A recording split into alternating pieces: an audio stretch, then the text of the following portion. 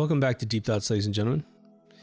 Today's episode is about the corporate takeover of the entire world.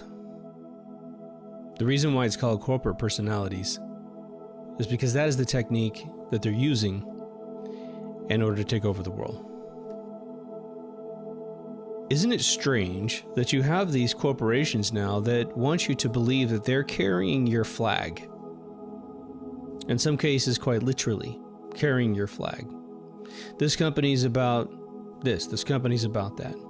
I don't even really want to mention a company specifically or what they're carrying because they'll pivot, they'll change.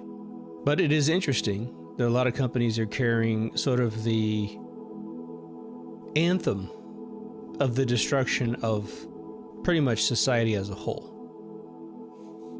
Now, let's give you an example that is sort of the difference between perhaps that old rock and roll stuff from the 1950s, where the parents rightfully were concerned that their kids were going to get oversexed. And of course, the 60s were the byproduct of the 50s. So for people who were like, oh, those people were, religious nuts and, there's nothing bad about rock and roll. And of course, I enjoy rock and roll like anybody else. But then we got the 60s, where we had this huge explosion in some good things and some bad things. And so when new things arrive that are sort of counterculture, right? Well, like today we have some issues. Beer cans with certain issues on them. Computer companies that are all into a particular group of people, supposedly. You know that there's no connection between those two things, right? We have a corporation whose only job in the world is to create profit. That's it. It's only to create profit, nothing else. If you think that I am wrong, go to your local bookstore or go online where you can get an excerpt of a book. That's why bookstores were so great, because you get to look inside before you purchase. And just read the first few pages of what it means to start a corporation in any state in the Union, of the United States. I don't know how they do this in Europe. But it says over and over in so many terms, screw the people, don't worry about your employees, your job, your fiduciary responsibility is to make money. And the only way you make money is by making a product that someone wants to buy and then crush the cost of the product to the point where the product kind of teeters on the level of not doing its job. So make it cheaper and increase the price of it, right? But in the 60s and 70s, you had pop culture that was counterculture, but a lot of kids are alive today because of all the screwing that went on. And that can, technically speaking, reduce a society's ability to exist if you overpopulate your country and you simply can't provide for the resources. I guarantee you America is nowhere near that level. Not even with the immigration along the border are we even near that level of running out of resources.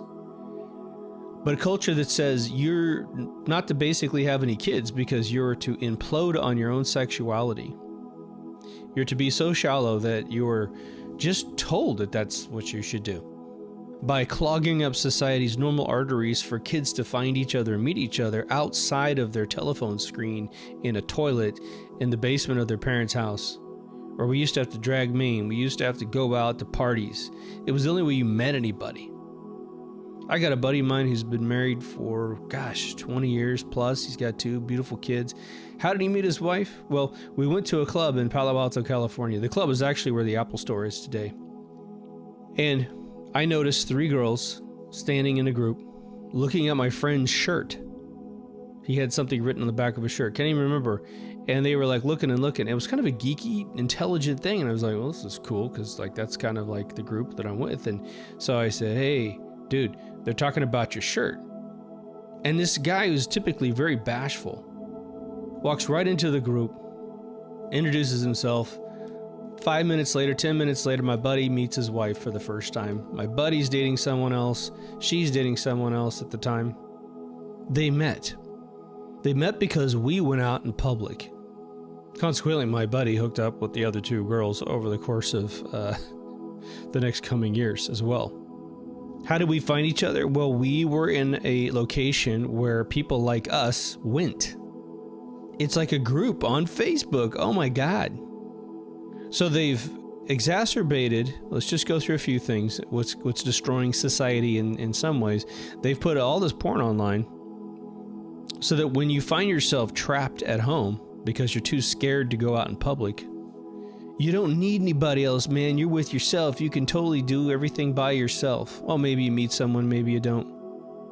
And so then when it comes time to picking, how you're going to go about procreating and creating a family, you have absolutely no skills.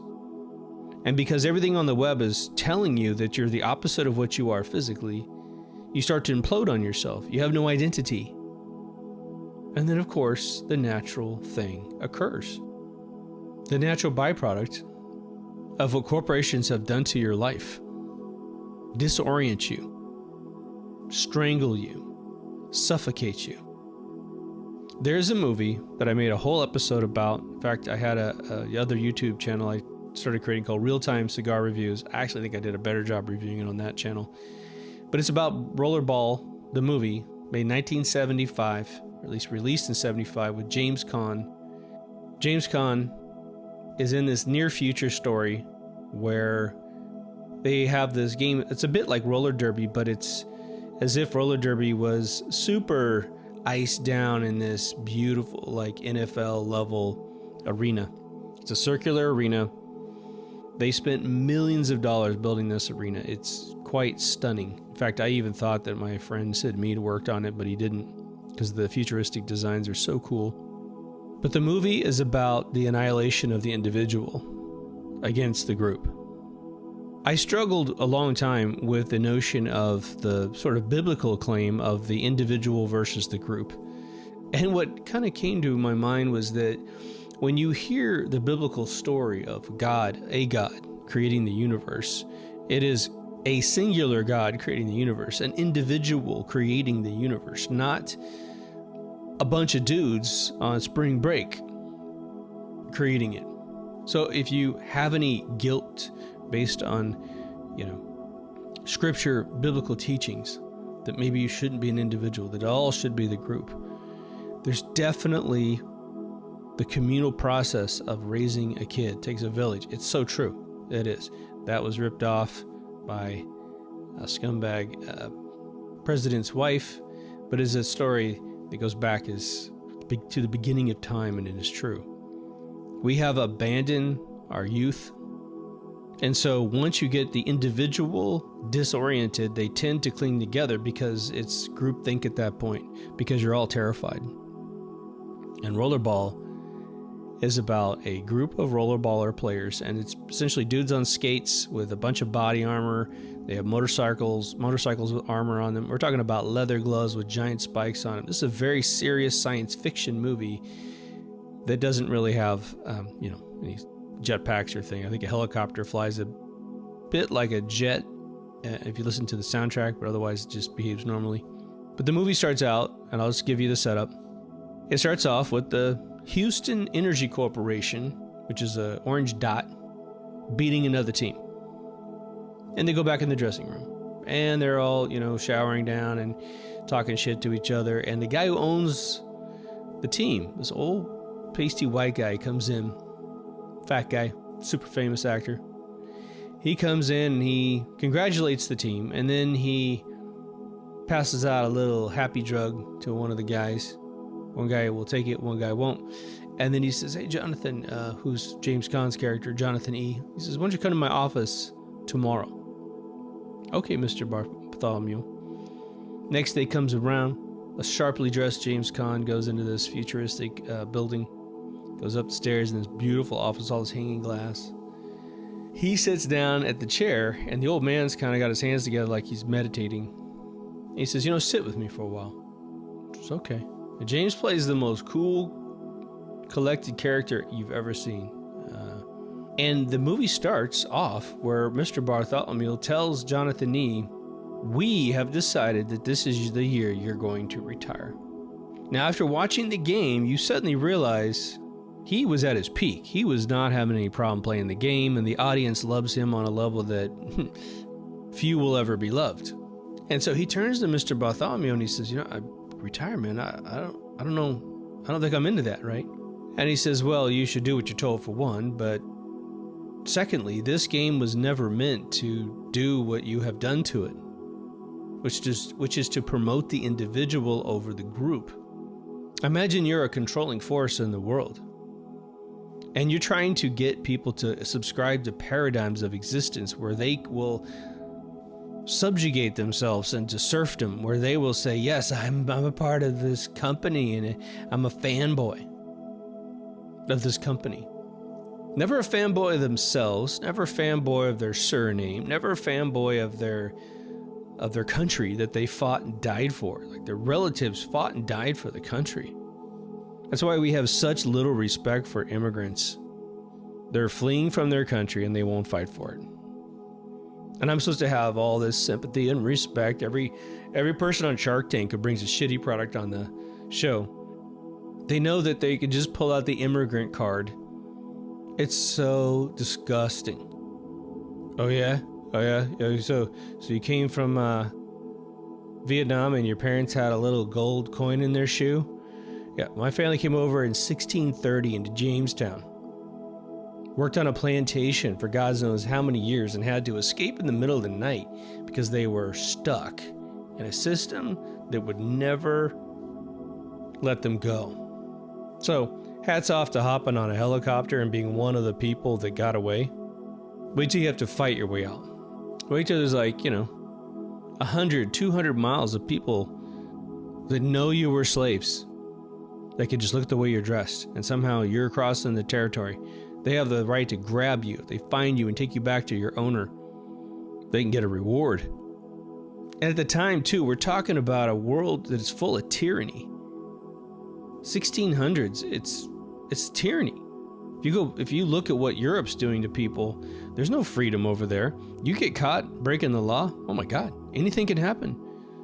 We don't have a constitution yet in this country. Any one day of the week, Spain, France, England runs the territory that you're in, right? But back to our target of personality corporations or corporate personalities. I read a book. It was called Guerrilla Marketing. I bought it, I think in the early 2000s. And in this book, it had the marketing strategy of trying to put lightning in a bottle. And what do I mean by that? Well, they were trying to take the serendipitous creation of people like Steve Jobs, Carnegie Mellon, Ford, men, and perhaps some women that built themselves up personally because of their deeds and became known. And they did the work themselves, right? They didn't have a bunch of people in PR companies saying, oh, we'll make you famous, right? Lucille Ball. She's working on every single show. She's tempering all the scripts. She has to act it out. I mean, it's just nuts, right? And there's a billion other people like that. So this book was all about the fact that if you want a successful corporation, you've got to create a head of state that is an icon of existence. They keep trying to push Tim Cook as the icon for Apple. Well, that's when Apple grew a big rainbow flag. As if we care. And of course, if you push back on a corporation having a personality that is personal, that is trying to dictate the moral barriers and guidelines for humanity, if you don't like that process, if you want a beer company just to make a beer, and if you just want a computer company to make the best computers in the world, if you have anything against this ridiculous association between their personal agendas and the product they make, which have nothing in common, then suddenly you're accused of not liking the individuals that are part of this movement. I mean, you don't like the entire group that they're trying to pander to. When obviously that's not the case. But why are they doing it? For building up a Steve Jobs, what they're trying to do is to get you to buy products, to be loyal to Steve Jobs or Tim Cook or Bill Gates or Larry Ellison or Elon Musk, to either buy the product or support, in Elon's case, the government subsidies that come out of your taxes to pay for everything that he does. Now, the good thing is he is paying some people a tremendous amount of money. So he's creating jobs for the country, so that there's some indirect ways of getting this done as well. But you're associating the well-being of mankind with a corporation. You're getting used to a corporation coming to your rescue. If there's a gay person that thinks that Apple has come to their rescue, then you know what I'm talking about. They did not come to your rescue. They marked the product red, sold it to you at an exorbitant price, gave it to an organization that has no intent of curing this issue. But again, we're waiting for the paper that associates HIV with AIDS. We're waiting for that medical association on a virology level. If you can find that, I believe there's a giant reward out there for you. How many times have you seen an oil company claim that they're trying to help the environment? Hilarious. After the Valdez oil spill in Alaska, was it Exxon came out and tried to let you know that they're planting trees somewhere, right? GE, which is, known for all the toxic spills around the world, will try to convince you that they're out for your best interests when they're not. There's that meme that goes around, which is a picture of a bunch of former presidents, and they're all laughing in this just billowing laugh shot. I mean, I don't know who got that shot, but man, they were super fortunate. I don't know if they cut it together. Maybe they did. But they do get together once in a while. And there's more than one of those memes out there. But there'll be a joke down below. And then I told them that global warming was real. It was like, and it'll be laughing, right? That's what I think of when I see the games that are being played against humanity. To go back to Rollerball, once Jonathan E. is told he's going to retire, he doesn't understand it. He's like, what the hell's wrong with you, man? I'm at the best of my game. You're keeping the people happy. Yeah, they like me, but, if it's not me, it's Moon Pie, it's somebody else that's going to get, pushed to the front. It's the human nature of humanity. So he goes on a quest. This is the basis of the film. He goes on a quest to find out who makes corporate decisions. Because he's knee deep. He's like 3 or 4 generations into this near future thing. Well, in fact, he's probably about a single generation. But that's all it takes. The biological memory of a human being is about 23 years unless you exercise your memory. Meaning, what happened 23 years ago is damn near forgotten by everyone on this planet. Unless you had a traumatizing situation where you remember an element. How many people remember the year 2000? I mean, it existed, and older people can say, oh man, it seems like yesterday. I bought these shorts back in 2000. That's all you remember. What did you eat for breakfast, lunch, and dinner on average? Where did you live? What was it like to go to the store, to go to the restroom? Like, what was it like in 2000? You don't really remember much. But anyway, Jonathan E., this will not ruin the movie for you at all. This is no super spoilers. If anything, I'm trying to entice you to get a copy of it. It's usually for free in most subscription services. But I'm telling you, if you care about this world at a deep level, $20 to own this movie on any service is worth its weight in gold. I've got copies on, I believe, Apple. I've got copies. I've got tons of DVDs of it, which I don't get out anymore. I think Netflix usually has it. Doesn't matter. Get a copy, watch it.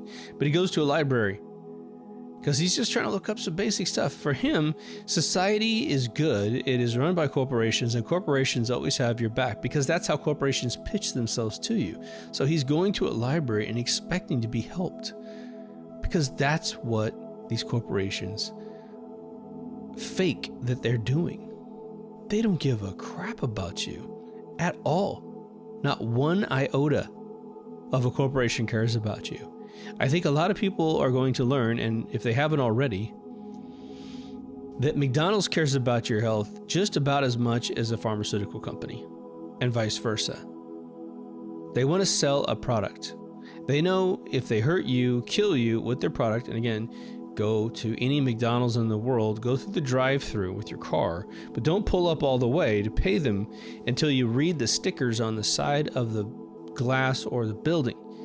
They have a sticker that says that they know that their food causes cancer. Okay. But they put it early in the window such that when you finally pull up to give them money, you've passed the sticker. But technically speaking, of course, some paid off schleb who wants a permanent subscription to hell allowed them to zone that sticker back on the window. They don't care about you at all. And they never will. Even Sam Walton, who ran Walmart, He had an objective to basically create a department store that traveled, that spread all over the place and sold American products. His internal goal was to sell American products and reinforce the economy by being in every major city, especially small towns. Even with his objective, he put a lot of small town stores out of business, and after he died, he absolutely destroyed small town businesses because the ownership went to Europe. The products now come from any foreign country in the world besides America. Maybe a Weber grill comes from America. Maybe some ammunition and a gun comes from America, but that's about it, right?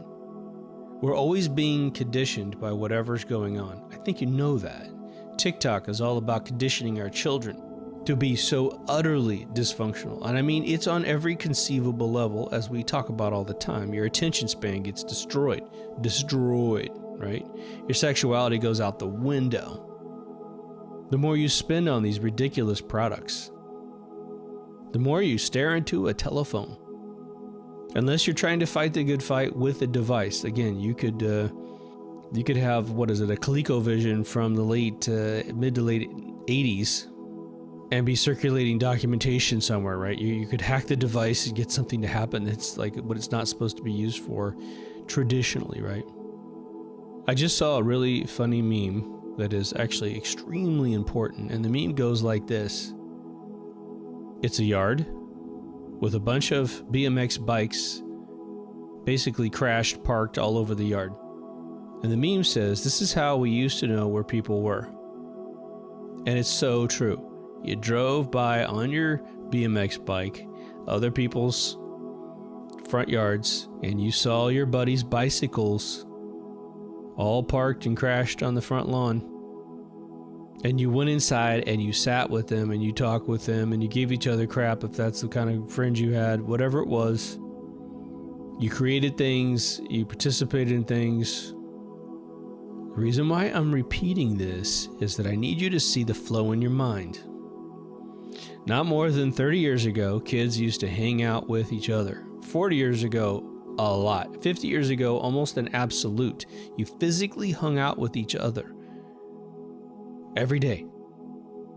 The phone has naturally, not forcefully, it has naturally created this new destination, which is virtual. The metaverse that is coming, which I'll probably do a dedicated episode on it, but we got a half an hour left here. We'll crush a little bit of the can right now. The metaverse is coming. It is a way for your children to absolutely become drooling, dysfunctional bio units. The goal is to have your kids wearing augmented reality eyewear. Don't be surprised if that becomes eyewear that is attached to the eye, that it becomes an extra screen that gets attached to the outside of your eyeball. Or a headset that is really meant to permanently stay on the head all day long. Like, it's really comfortable. It's super lightweight. And they're going to render onto that augmented reality screen a different reality. So you're going to look at the world, and the glasses are going to look at the world as well. It's going to figure out where everything is, like a Tesla car. For those of you who haven't ridden a Tesla car, it's got this wild, gigantic iPad in the center of the console, and as you drive, it is giving you the artistic feedback of what is around you. It's really stunning. Well, that's going to be child's play in 5 years' time. So you'll walk down the street, and it's going to look at buildings, and it's going to make them something different, something super entertaining. You will see the next generation of kids, if not raised properly, not knowing what reality is. Which is an inconceivable thing for usually Gen Xers and up. It's inconceivable that kids will not know what real reality looks like. I expect that if we don't stop this insanity as a society, that what you're going to see is babies, probably 25, 30 years from now, are going to have eyewear attached to them with the sales pitch, well, we don't want them to be out of sync with everybody else. I mean, what if daddy sees a pink elephant in the front room? We want to make sure baby sees the same pink elephant. Otherwise, they won't know how to talk to each other. And it's the metaverse providing the pink elephant, of course. I don't know how many of you have seen a baby with glasses. There's just something about that situation that is heartbreaking, that a child was born with eyesight so bad that they had to have corrective lenses before they're even 1 year old or 2 year old. This could be the norm in the near future. Now, for those of you who don't do any 3D artwork or not involved with something, somebody, friend, kid, brother, sister, mother, father, here's what's been going on for the last 15 years. I spoke at Sony Pictures in 2008, and my presentation was about the fact that the 3D programming languages that are out there have been have gone to a level of absolute absurdity in terms of how to program this kind of stuff, when we could easily create a shorthand language to make it much more abbreviated. And I showed the whole history of 3D's evolution from stereogram photographs from the 1800s all the way up to polarized lenses in the mid-50s, even though they didn't become popular until the 80s, right? Stuff goes back a lot further scientifically than you know. But during that conference, another person spoke, which infected my Q&A at the end of my presentation. And it was about the globalization of 3D formats called CUDA, C-U-D-A. It's a movement to try and get all of the different 3D formats unified. Why can't everyone just get along? Why can't Maya write a file that is understood by Blender, that is understood by 3D Studio Max and Houdini? They're all doing their own thing. So that's 15 years ago. What's going to take place probably over the course of the next, I'm going to say 10 years, because there's a lot of companies fighting this, not because of any worry about the things we're worried about, but they're just worried about losing money. A lot of products try to trap you in their product. Any software product that you buy that attempts to trap you in it, you need to think very carefully whether or not the cost-benefit analysis is in your best interests. But once this gets unified, here's the benefit to this whole thing for the metaverse people. As you look at the world through your augmented reality glasses, meaning it's projecting false images on top of things that you're seeing. So you could look at a Folgers chicken noodle soup can, and it could see that that's got a label on it, and it knows what it is. It knows it's a cylinder. Looking at how you're moving it, it's studying the dimensions of it, depending on whether or not you have some sort of LiDAR system where it's actually tracking the physical depth, like when you do a face recognition for your telephone. It knows the contour of your face. It'll start replacing the can with whatever they want to do. A Starship, SpaceX rocket could launch out of your hand. I mean, anything could be there. They could have a teeny tiny Tom and Jerry running around the can and have fake little windows and doors and stuff where they're kind of coming in and out. They could sense where your hand is, where your fingers are. And these things will just roll all over your fingers like a giant acid trip. But it'll be virtual. It will be definitely the first time that someone could experience an acid trip. And it wouldn't be real. You won't feel the physical elation of the situation, but you would definitely see the visualization of the whole thing. Marshall McLuhan brilliantly said, medium is the message, meaning how you get the information is more devastatingly important than the information that you're getting. Does it really matter whether or not Tom and Jerry jumps out of the can and runs around your hand and jumps back into the can? Well, not really. It's pretty awesome, but it's not really. What's important is you just thought that the can had Tom and Jerry in it. And if the can tries to tell you to murder your mother, and you're an idiot or you're young, can you imagine? Kids forced to wear eyewear. Just like the Black Mirror, which had the soldier that thought he was killing this rat infestation of human beings, these human giant rats he thought he was killing, that they had somehow come from another world and that they had infested the world. And so he's out there, he's a good guy, he's got a good heart, and he's just killing these things. And he comes to find out it's a fucking chip in his head that makes a person of a particular race look like a rat. And when they speak and they say, hey, please don't kill me, the software in his head is making it like it's making it sound like a rat. Black Mirror is not a normal thing. the show on Netflix, the show on the BBC4. It is not a normal thing. If you ever wanted to see a production that will probably, I think, technically make iPet Go 2 lay down and take a nap, in terms of predictive programming, it's Black Mirror. iPet Goat is like 10 levels of symbolism over all that, which I have an episode about both these.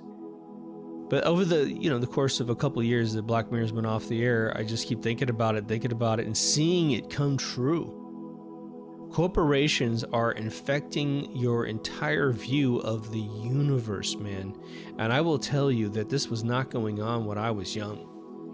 Again, I grew up in a tiny town, and the cool thing about that is that the town was actually in the past 20, 30 years physically, right? The cars were in the past, the architecture was in the past, and the brains that had become the byproduct of America figuring out how to get it right, how to raise a child correctly, how to educate a person, how to raise a child that they hold the door for an older person.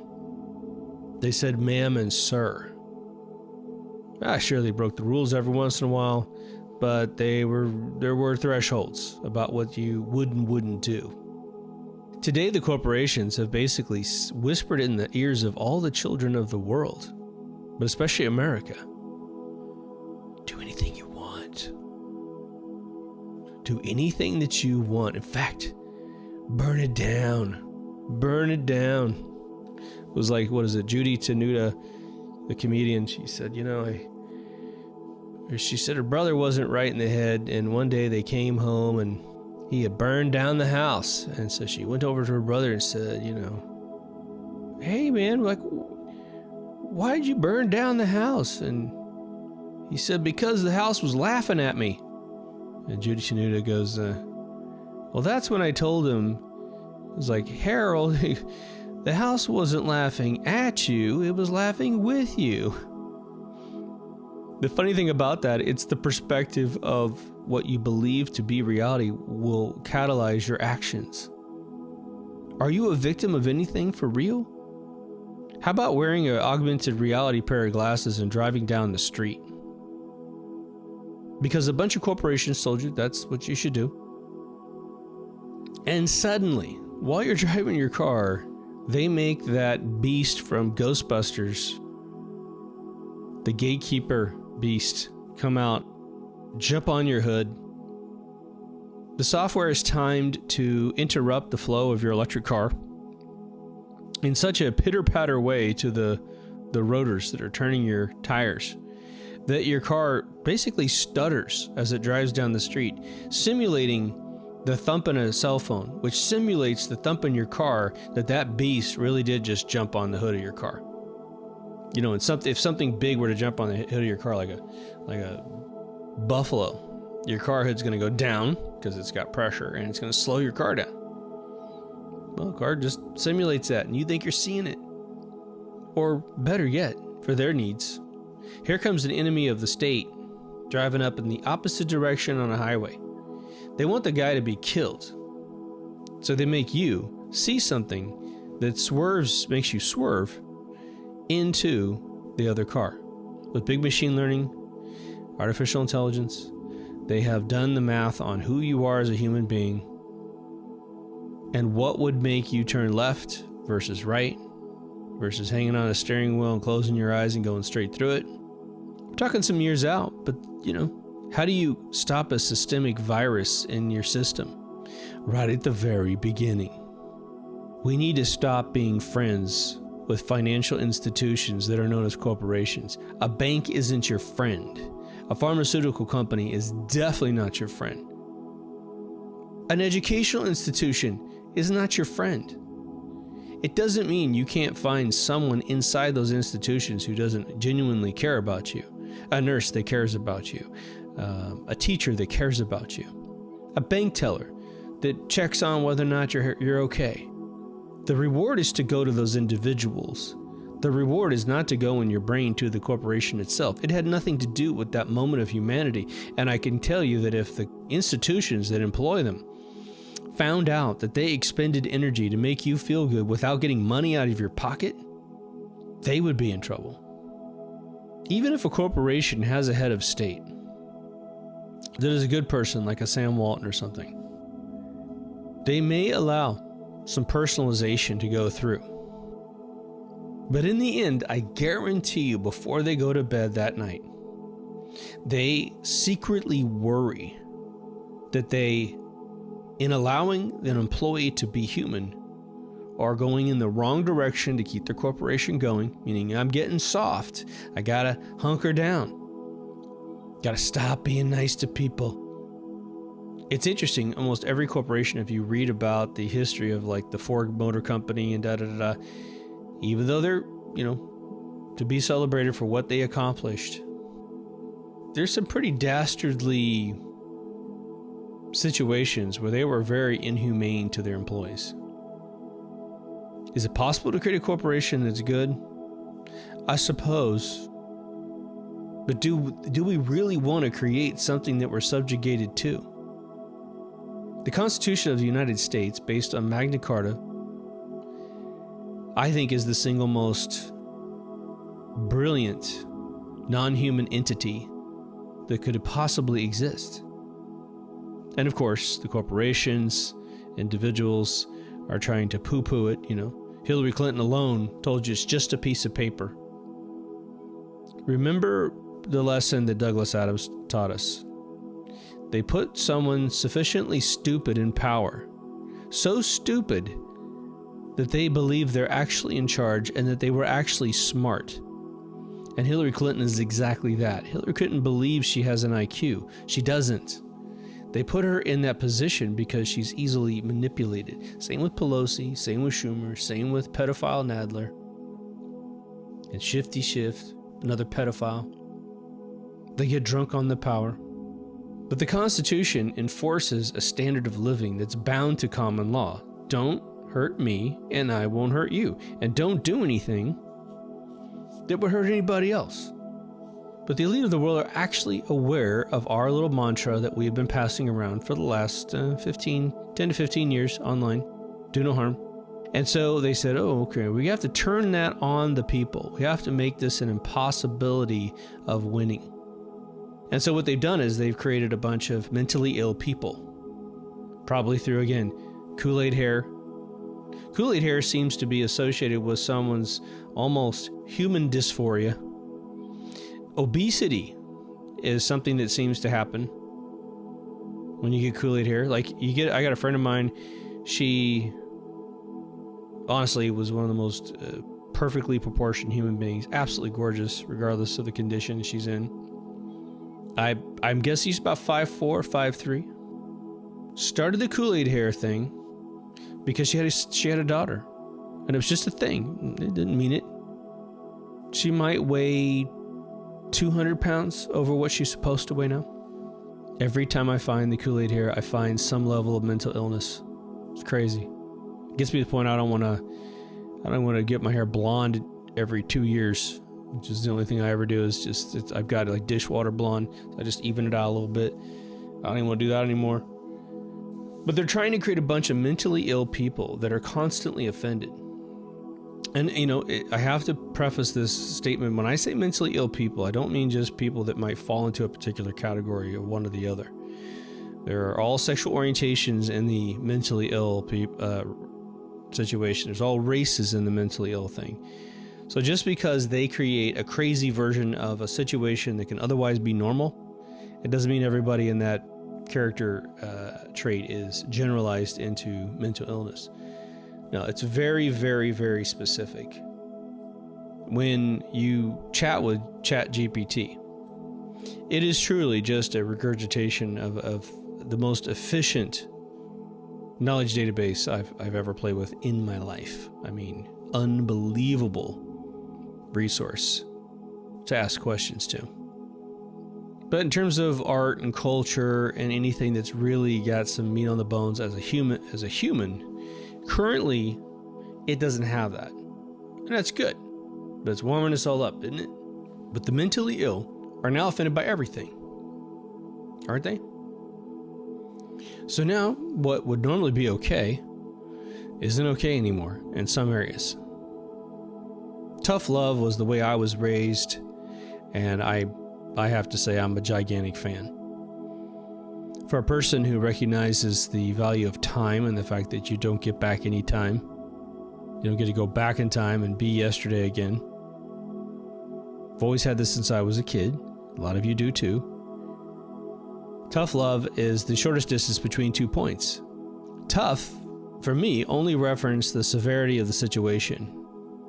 I need you to stop doing that. I need you to stop doing that right now. Sometimes it's for my benefit, and sometimes it's for your benefit because you're about to drive a car off a cliff in an analogous way. You're doing something that's going to really hurt you. So stop it. Or at least stop it for now. Explain to me why you're doing something that's visibly very dangerous, what precautions you've taken to keep yourself alive, etc., etc. We are infested with a new subspecies of humans, which I call the pseudo-lazy intellectual. Now, you'll hear people say the pseudo-intellectual. I'm going to give you a really good definition of how this works, because I have at least 2 in my family at a level that's like 11 times 1,000. So let's say that you're overall a low IQ person, meaning you don't have any sort of Mensa level intelligence. You've got memorize and repeat intelligence. Oh, you might have an opinion about an art book or whatever. Doesn't matter. That's not intelligence. You would use your intelligence to create a better opinion of something, to understand something's multi-layered depth, right? Nope. These people want to be perceived as super intellectual and smart. You know, they want that. I hate cheese and wine together, and I listen to cello music. Not because I don't understand anything about cheese, wine, or cello music. It's just because I think that if I put these 3 things together and put my pinky in the air and wear a sash, I got elbow pads on my blazer, that I'm going to look really good, you know? Do I look like Kelsey Grammer back in the 80s? That's what I'm really going for. No, what they want to do is they want to buy a product. The products are like the New Yorker magazine, the New York Times, the LA Times, a bunch of those shit rags. Both sides of the fence, okay, to be honest. They want other people to self-declare experts and geniuses in a particular area. Or, by proxy, maybe they want to read something from someone who's talking about someone else with that skill set. So now you're 3 degrees from the actual knowledge. And they want to read the footnotes on someone else's life. And then pull that into their life, their lexicon, and claim it as a victory. I see this all the time in smoke lounges. And one of the most famous ways I see it is, I know a friend, or I have a friend that's there, that did this thing, be a Lakers game. I got buddies on the front row. Oh, great. That's awesome. Does that do something for my opinion of you? That you know someone is on the front? Well, does that make you somebody? I have no idea how much you know them. If you tell me your son's on the team, that might be a little different. I might believe you have some athleticism in your genes, but maybe it's your wife's genes that gave your kid everything that he's got, or she has, right? The problem with the pattern of usurping other people's pseudo-knowledge about something, right? Again, I used to subscribe to Scientific American, my God, for probably 15 years. Had boxes and boxes of their issues. I'd read whatever they said was right. Repeat it to my friends, to ad nausea. Until I woke up. Realized that was bad behavior. And what it taught me was that I wasn't being creative with myself, I actually always was, but it was like, for the time that I was doing this, usurping other people's stuff, one, I was getting crap knowledge of the world. Bad scientific theories, bad medical theories, but telling you what an organ does in the body, just getting it wrong. The entire game that the pseudo-intellectual falls for is to abstract themselves away from themselves and feel like they have a victory on their hands. That somehow being selfless in the end is what it's all about. It's like, okay, well, if you're Jesus Christ on a cross and you are being selfless at the benefit of forgiving everyone's sins on planet Earth, then that's a dude who's actually being selfless, okay? But if the idea is to congratulate yourself for reading someone else's opinion about something that may or may not be the direct result of the research, meaning that person could be a journalist writing whatever MIT says or Caltech says or Cambridge University says, or worse yet, a corporation says. It's a multiplier of the BS narratives that you should never hear in the first place unless you hear them as deceptive narratives that you should never believe. There have rarely been laws passed in the last 70 years of America's history that benefited the people in any way, shape, or form. And if they did, they got deprecated. Like, again, I mentioned the other day, the show Clue, right, where the guy got all the answers given to him, and the public found out, and they got so outraged, they created a law that said the television can't be used for propaganda.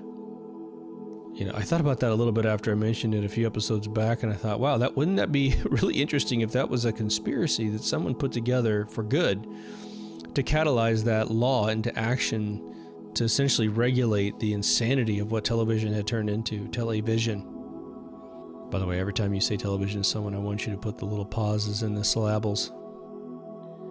And it's funny, you'll watch people's eyes go, oh wow, it is television? Oh shit, you know, they need to know. And remember, just because it's a high-definition retinal display in your cell phone doesn't mean it's not a television.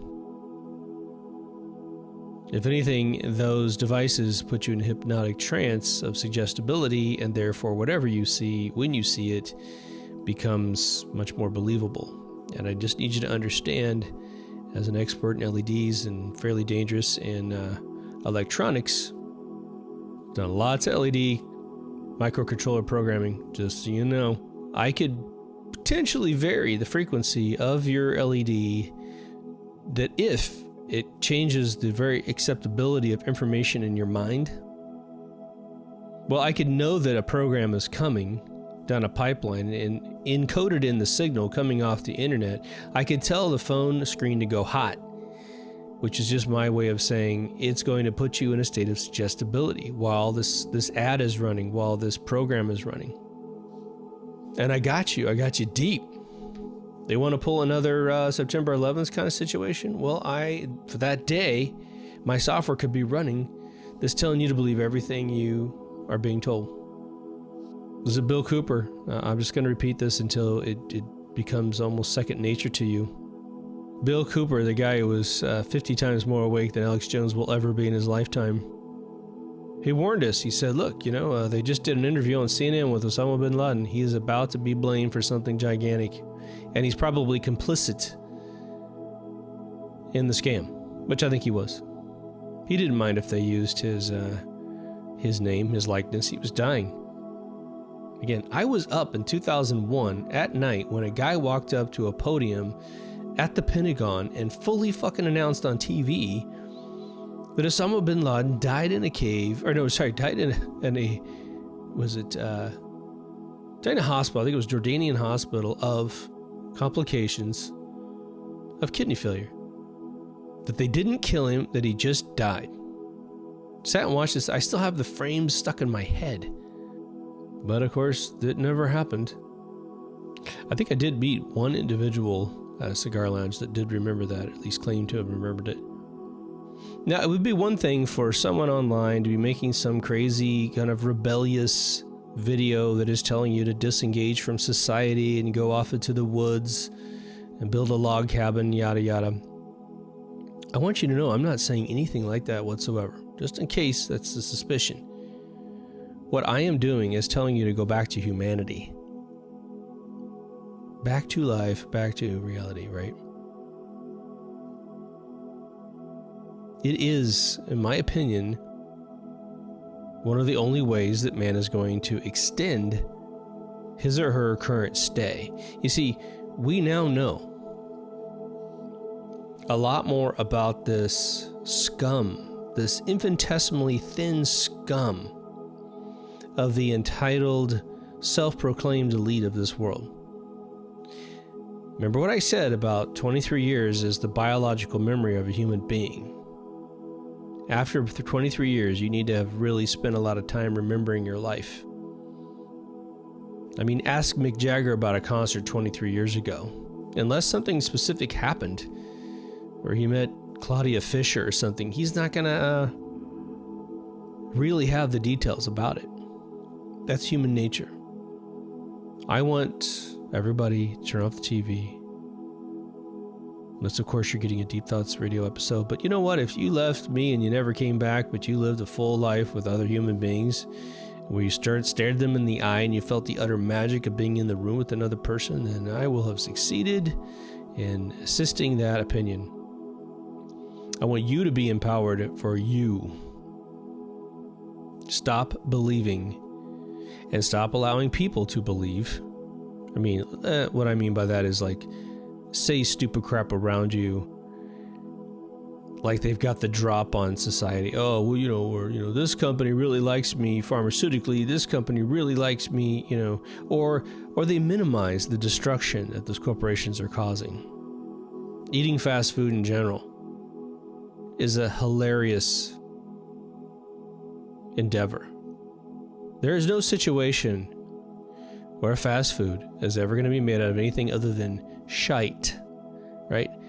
In America, we have a company named Cisco's, SYSCO, I think it is. In my opinion, as soon as a restaurant backs that truck up, I personally never eat there again. A buddy of mine owns a chain of restaurants. He's building a brand new one locally here. Talked to him about it because I said, I thought you guys were opening up soon because I saw the Cisco truck out front. Of course, I'm sad inside that that's the case. He took one look at me and he says, that's not us. Just so you know, he goes, that's not us. He says, that's for the restaurant down the street. A couple doors down. He goes, you will never see a Cisco truck in front of my place, he tells me.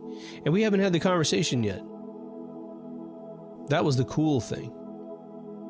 He just inherently knew that was a bad thing.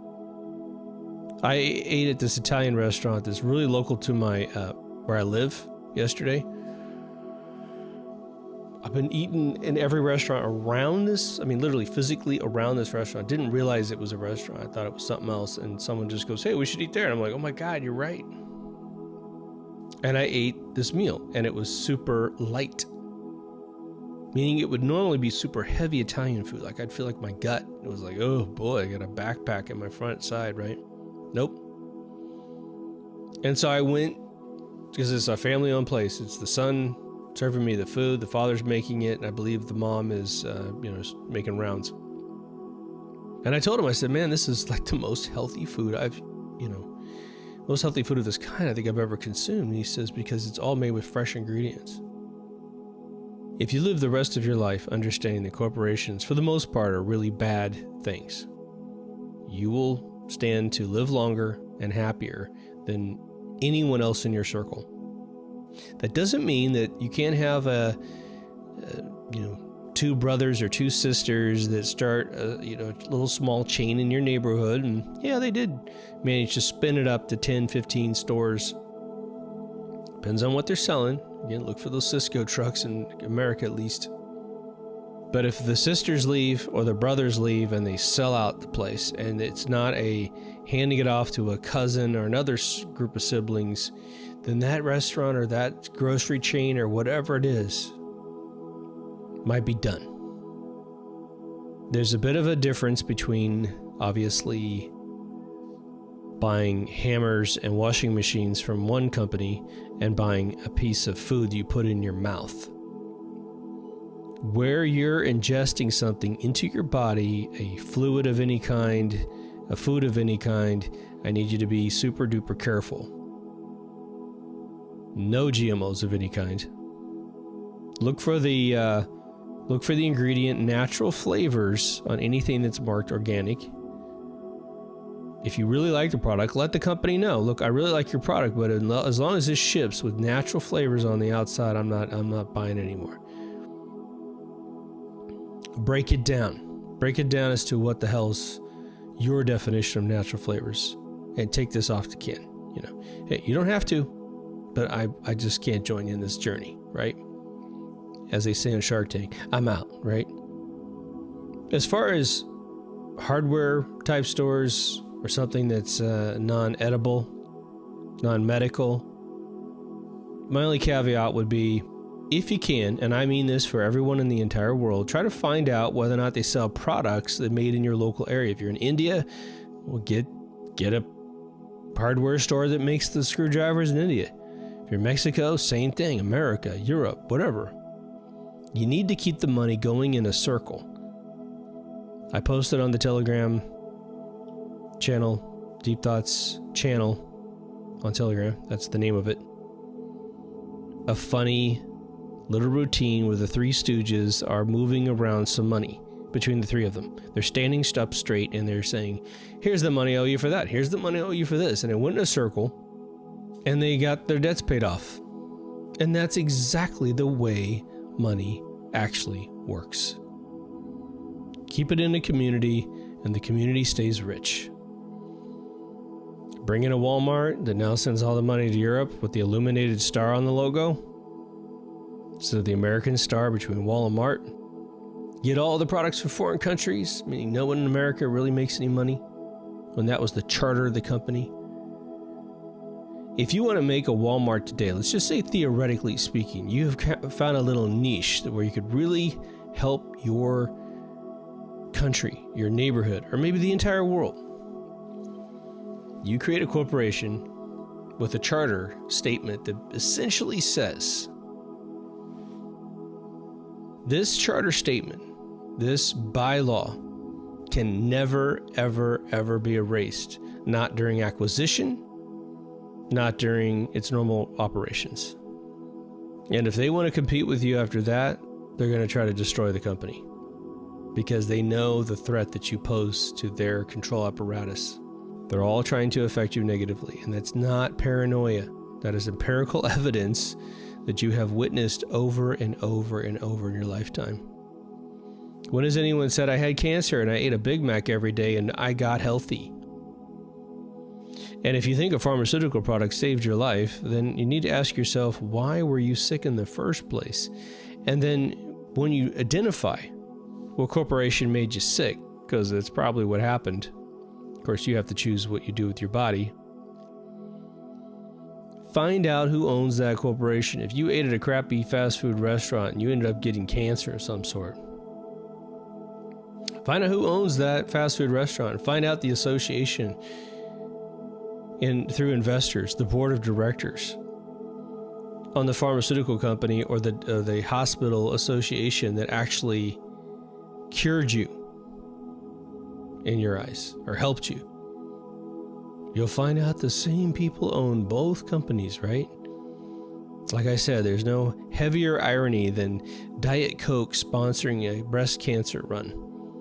That is an IQ test everybody's failing. Anyway, I think you feel me. Be aware that when you see corporations take on personality traits and try to tell you that they're for your group of people, man. I mean, I'm not talking about, what was it, the Sasquatch soap guys. I mean, they're a joke. They're making fun of the situation. They're not a serious thing. But when they're putting statements, corporations are putting statements on their websites that are 100%, well, we defend this and we believe in these people and, we're not going to turn our backs on da-da-da. Hey, man, shut the F up, and then you don't have to turn your back on anybody. You just sell a product. And as long as you make it inexpensive, pretty sure no matter what you are, you can get that product. It's not like a particular group of people are being refused iPods and telephones. Oh, well, you're that way. Well, we won't sell you a phone. We're Android. Like, yep, said no one ever. Go see Rollerball 1975 by James Caan if you haven't. And make sure you sit down and watch it. Don't get in a situation where you've got a bunch of distraction. Get a big screen. Get good, trying to watch on your telephone, iPad minimum. But put some headsets in because they do play Toccata and Fugen right out of the door. If you haven't already, go to deepthoughtsradio.com. Everything is up there. I've been cleaning up all kinds of stuff up there, fixing the search engines. I realized I made reference to a matrix category that accidentally got destroyed when I had to rebuild the site a few years ago. So that's back up. To the PayPal and Patreon folks, thank you so much. You make it happen. Take care of yourself and someone else, and I'll see you in the next Deep Thoughts. Over now.